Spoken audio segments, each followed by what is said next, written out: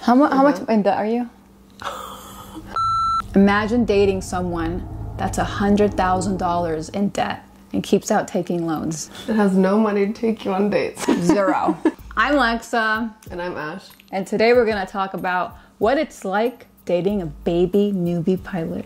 AKA a student pilot. So when I first dated Ash in the beginning of our relationship, she took me to her school. And it was like, my first thought was a kindergarten school for airplanes. All the planes were so tiny, like little tiny planes. A kindergarten school for airplanes? You never told me that. Oh really? Well, I thought that. So I thought it was so cute. All the planes were mini. It's like next to Boeing, these planes are like this, like an ant. It just felt like kindergarten school little for four-seaters that really only fit like 3 people on them. Yeah. Anyways, this is the journey of us before Ash gets into the major airlines. Yeah, she was one of my first passengers, actually. Yeah. I think I was your only first passenger. Were you? Yeah, you might have been. Yeah, I think you're right. So That's crazy. I'm sure you guys want to know what it's like to date a student pilot. Now she has her private pilot. Mm-hmm. And well, let's start with this nightmare. I will say that probably starting to date a pilot who's already in the industry, already working at an airline, that's probably a pretty good gig. Speaking of lesbians, are you lost and confused? Or do you need more lesbian game? We can help you. Our Patreon has over 1,700 members. And we are teaching you what to do with your ladies in the bedroom. All of our spicier versions of our YouTube videos you can find on Patreon. We got the dirtier versions of our challenge videos, games, kissing videos, all that is going to be on there, along with a lesbian sex ed tier. And we have 3 different tiers. The top tier is $11.11 and the bottom tier is $6.66. Yep, that lesbian sex ed is the 666 tier. We want that to be available to all of you. This is something that Ash and I really wished we had growing up to avoid embarrassment. And just go over a lot of things that you just aren't clear on. Skip the embarrassment and join our Patreon. Now back to the YouTube video. That's probably a pretty good gig. You came in just to take the crops. But we're in harvest. Yeah, but you're starting from the ground zero, baby. You're getting my loyalty from the get-go. You're earning your flight miles. Yeah. Let's talk. The first talk. I think time, money, and stress. That's what comes up for me. Which one do you want to talk about first? Number 1 thing about dating a student pilot. Let's talk time. What's your world around time with being a pilot? And then I'll share about my world around time with dating one. Okay. I will say that when I first started school, I hadn't been in like college for like 8 years. Like it had been like 8 years since I took any level of college.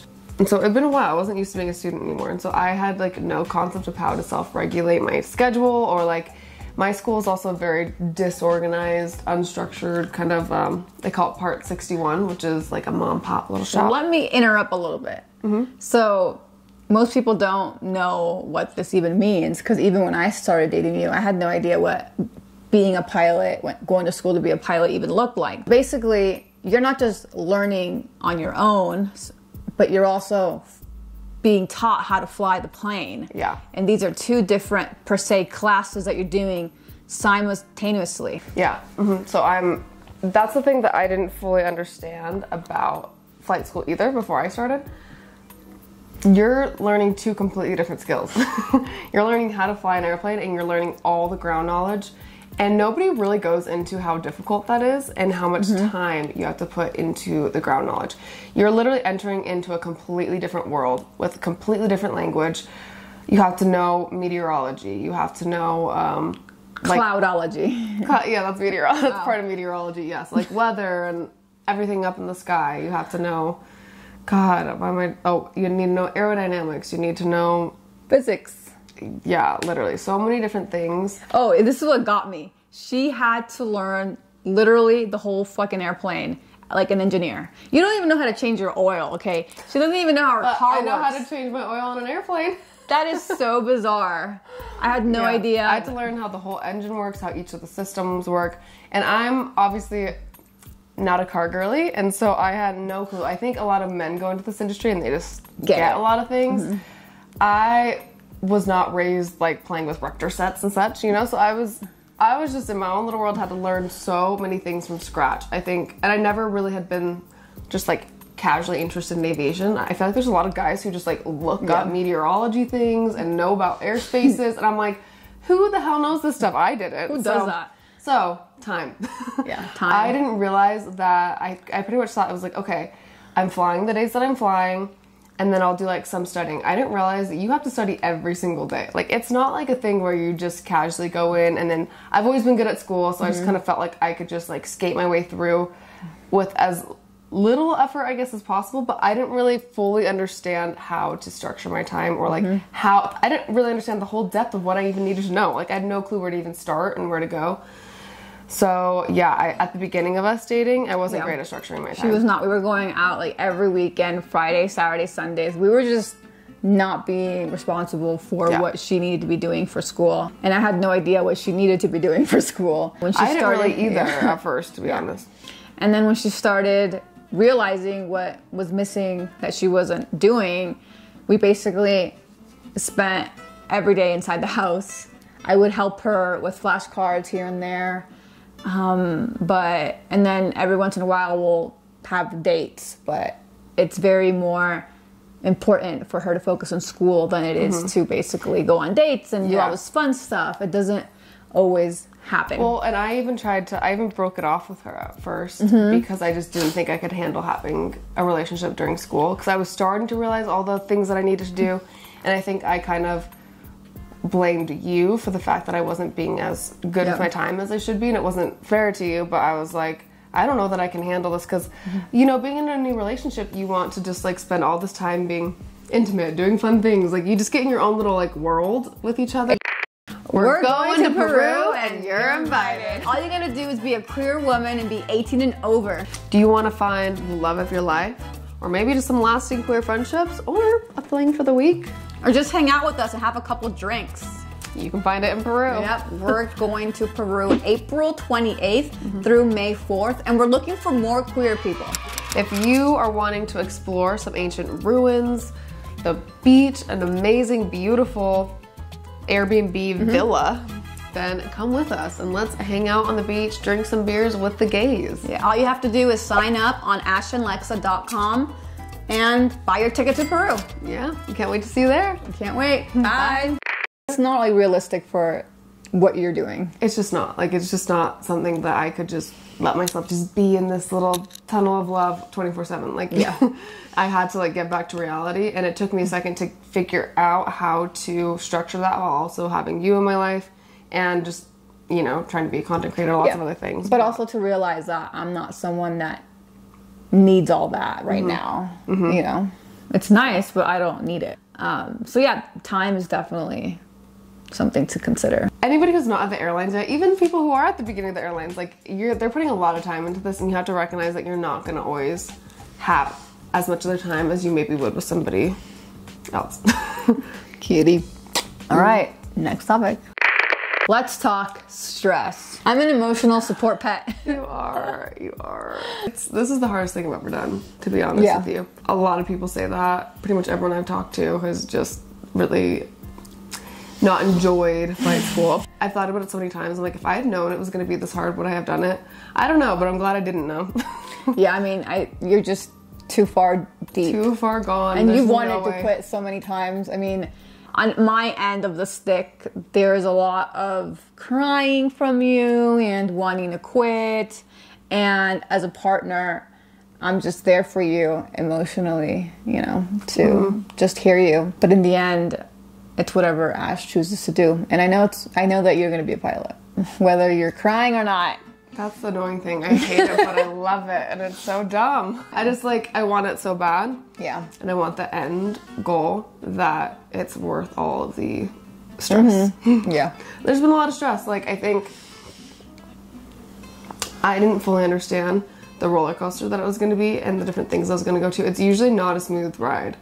Like, you might get through school really, really fast and easy, and it might be like that for you. It wasn't like that for me, and I had a lot of hiccups in the road. A lot. That I won't necessarily go into, but just a lot of different things that occurred. But there's one thing that I want to just share so you get the outline of somewhat a taste of what happened. one of the things that happened was that, so when you're going to school to be a pilot, you have these things called check rides, which is basically a test for when you're flying up in the air, like in a plane, and there's some instructor, usually someone in the airlines, right, that grades you on it. It's like a big deal. Nobody wants to fail because, first of all, it's expensive. It's like $1,000. And then number two, it looks bad in your history. Yeah, it stays on your record. Yeah. So it's a really big deal, and it's very, very, very high pressure. At least that's how most people feel when they take these exams. So that's already a lot of stress and pressure. And then her check ride kept getting changed the day before, 3 days before, and you have to understand, like, she's studying, preparing for this check ride, and then they're just moving it for X and Y reason, weather, airplane's not working. And then you have to understand, so here's the thing, it's a 2-part test. It's a, like, at least 3 to 4 hour interrogation.